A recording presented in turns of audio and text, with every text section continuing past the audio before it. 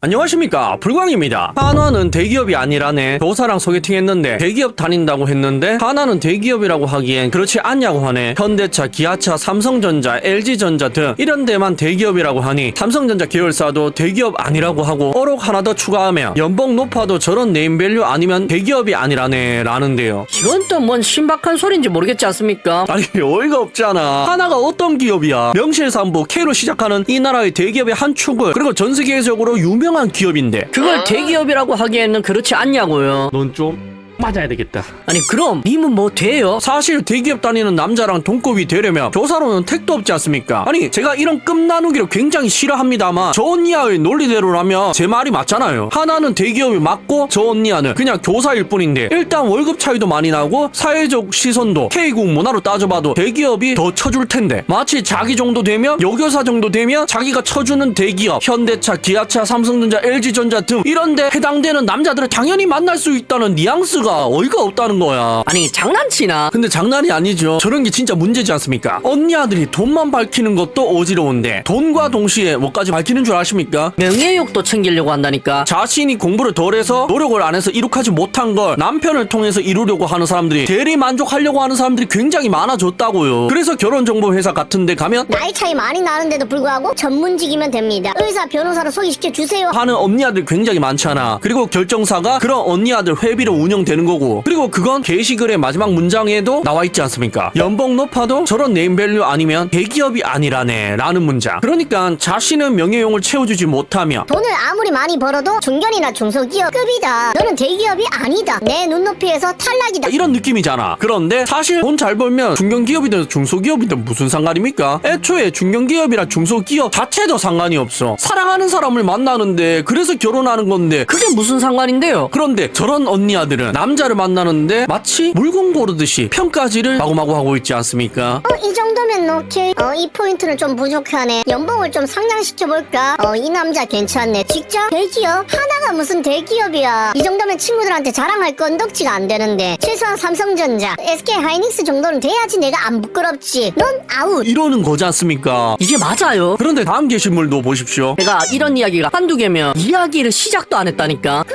삼성전자 가전사업부 최근에 삼전남을 소개받았는데 영통구 소재라고 들음. 가전 노트북 쪽에 일한다고 들었는데 삼성 안에 가전은 DX로 그렇게 좋지는 않는 분야라고 알려져 있다는데 그 이유가 뭔가요? 예를 들어 그 부수는 계약직이 태반이다, 혹은 협력업체다, 삼성전자 정규 채용 느낌이 아니다 등 속물일지라도 주변에 DX는 별로라고 들으니 이유가 궁금해서요. 물론 그게 싫으면 만나지 마라 이런 소리도 감내하겠습니다. 현 직장에 계신 분들은 현실적인 답변 좀 부탁드립니다. 라는데 봐봐, 한두 개가 아니라니까. 이 언니야 입장에서는 삼성전자도 다 같은 삼성전자가 아니라는 거잖아. 가전 쪽은 가짜라는 거지 않습니까? 반도체만 진짜고. 어이가 없네. 왜 저렇게 이야기하는 줄 아십니까? 자랑할 수가 없기 때문입니다. 제가 아까도 말씀드렸다시피 이런 류의 사람들은 자신이 이루지 못한 명예를, 자신의 능력이 부족해서 이루지 못한 어떤 것을 남편을 통해서 충족하려는 경향이 굉장히 강하다니까. 그래서 연봉이 높아도 대기업이 아니면 안 되고, 이 게시물의 마지막 문단도 그런 이야기를 하고 있지 않습니까? 그 부서는 계약직이 태반이다, 혹은 협력업체다, 삼성전자 정규 채용 느낌이 아니다 라고 이야기하잖아. 사실 정규 채용이든 아니든 협력업체든 저 언니야의 끔 나누기로 따지면 공무원 9출 7출이 따질 건 아니죠. 아니 행시 출신인데 저런 이야기를 하면 이해를 하겠다니까. 아 그럴 수도 있지. 행시는 그래도 전문직은 만나야지. 과거로 따지면 과거 시험 합격한 건데 대기업이라도 삼성전자 반도체 사업부 연구직 아니면은 임원 정도는 만나야지 급이 맞지 라고 이야기할 수 있을 텐데 저 언니야가 행시겠습니까? 겠냐고. 그럴 리가 없잖아. 그리고 마지막 문단을 계속 보세요. 속물일지라도 주변에 DX는 별로라고 들으니 이유가 궁금해서요 라잖아. 제가 이래서 매번 말씀드리는 겁니다. 여초 직장 다니는 여자친구가 있으시다. 여자친구분이 굉장히 많은 위험에 노출되어 있다니까. 결혼 잘한 선배, 결혼 잘한 동기, 남자친구가 전문직인 후배까지 공무원 사회에서는 그런 사람들이 굉장히 많다니까요. 10년 전만 하더라도 공무원은 있지 않습니까? 특히 여자 공무원은 결혼 시장에서 엄청난 인기를 누렸다니까. 없다니까. 지금은 택도 없는 이야기지만 10년 전에는 그랬어요. 안정직이 최고다는 부모들의 성화에 입입어 여자 공무원이 인기가 진짜 많았었다니까. 그래서 본인은 공무원인데 남편이 돈 잘 벌어와서 외제차 타고 출퇴근하는 공무원들이 그렇게 많아졌지 않습니까? 그런데 그런 극단적인 예시들이, 사회에서는 볼 수 없는 예시들이 주르륵 몰려있는 곳이 어디라고요? 여초 집단이라니까. 여기에 대표적인 예시가 뭐가 있습니까? 맘카페가 있잖아. 마음카페에 가입하면 가장 위험한 이유가 뭡니까? 남편 비교질 하는 거지 않습니까? 우리 남편은 어떻다, 이번에 성과금을 얼마 받았다더라. 이런 거 맘카페에서 다들 공유하잖아. 그래서 동탄이나 특정 대기업이 몰려있는 도시에서는 아줌마들을 속일 수가 없다니까. 왜? 자기들끼리 이미 정보를 공유 다 했으니까. 남편한테 물어보지 않아도 그 회사 다녔던 맘카페 회원들에게 그 정보를 알 수가 있다고요. 그리고 그 맘카페급으로 위험한 데가 여초 직장이라는 이야기지 않습니까? 그리고 공무원은 대부분 여초고요. 심지어 병무청도 요청입니다. 검색해 보시라니까. 남자만 근무할 것 같지만 여자가 대다수다. 그러니까 그런 데서 자기들끼리 정보를 공유하는 거야. 그러면서 비교질까지 하는 거지. 어쩌면 사회에서 하면 안 되는 짓들을 서로 하고 있다니까요. 비교질 그거 나쁜 거잖아. 남편 뒷담화 좋은 게 아니지 않습니까? 여기도 보세요. 2달 만난 여친 성과금으로 선물하는 게 당연한가? 2달 안 됐는데 여친이 자기 친구들이 남친 하이닉스라고 막 가방 바꾸는 거 아니냐, 해외 가는 거 아니냐, 이런 농담을 했다고 나한테 말해줬는데 갑자기 급 부담스러워지. 뭐 성과금 나오면 바라는 거나 원하는 거 여친이 직접 얘기한 적은 없는데 친구들이 여친한테 했다는 말 듣고 내가 너무 쫌생이에 예민하게 반응하고 있는 건가? 나도 당연 뭔가 해줘야지 생각하고 있었는데 저런 식으로 얘기 들으니 선물을 뭘 해야 할지도 급 고민이 되는데 라잖아요. 물론 선물해야 됩니다. 무조건 해야 돼요. 왜죠? 사귄 지 2달이에요. 그렇다는 말은 SK 하이닉스가 잘 나간다는 소식을 듣고 저 남자랑 사귀었을 가망성이 굉장히 높다니까. 그리고 그걸 남자도 아니까 사줘야 된다고 느끼는 거잖아. 그러니까 왜 사줘야 된다? 저 여자를 사귀기 위해서 내 직업을 이용했으니까 SK 하이닉스 다니는 남자친구가 있다는 걸 표시하기 위해서, 꺼드럭대기 위해서 선물을 해줘야 된다. 여자친구 비용이라고 생각하시면 됩니다. 뭐 저라면 절대 안 사줬겠지만. 그리고 가장 중요한 부분, 여기도 친구들끼리 뭐 이야기하다가 남자친구의 재력, 직장 이야기가 나왔죠. 그러니까 친구들끼리도 저런 이야기를 한다니까요. 그런데 맘카페나 여초 직장에서는 안 하겠습니까? 언니야들끼리는 얼마나 그런 암투가 심한 줄 아세요? 비교질에 남자친구 직업이 자기 계급이라니까. 그런 말도 안 되는 자존심을 내세우는 문화들. 심지어 그 자존심을 무슨 돈으로 하죠? 남자친구도 남편 돈으로 이루잖아. 명예욕도 남편의 직업으로 채우잖아. 이거 제가 없는 이야기 한 게 아니죠. 방금 게시글 3개 전부 다가 그걸 증명하고 있지 않습니까? 그리고 이렇게 생각하는 사람들이 생각보다 많다는 걸 오늘 알아가셨잖아. 여기에 댓글도 한번 보세요.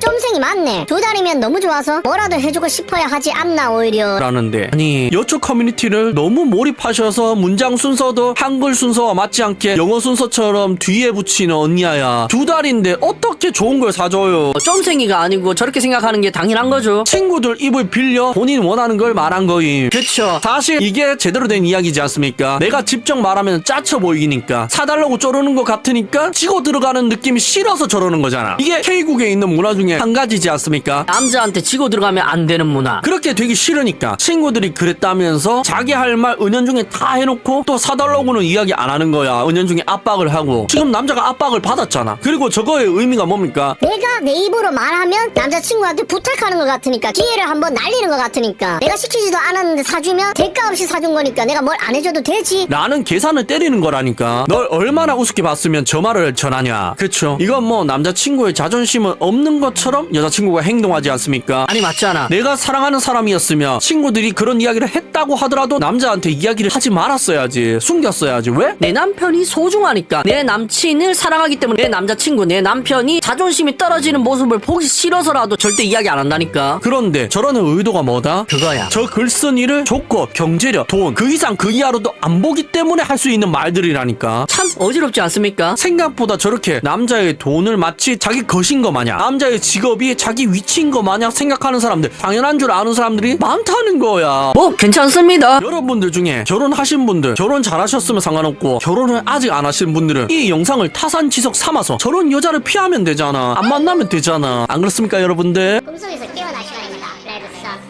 시청해주셔서 감사합니다.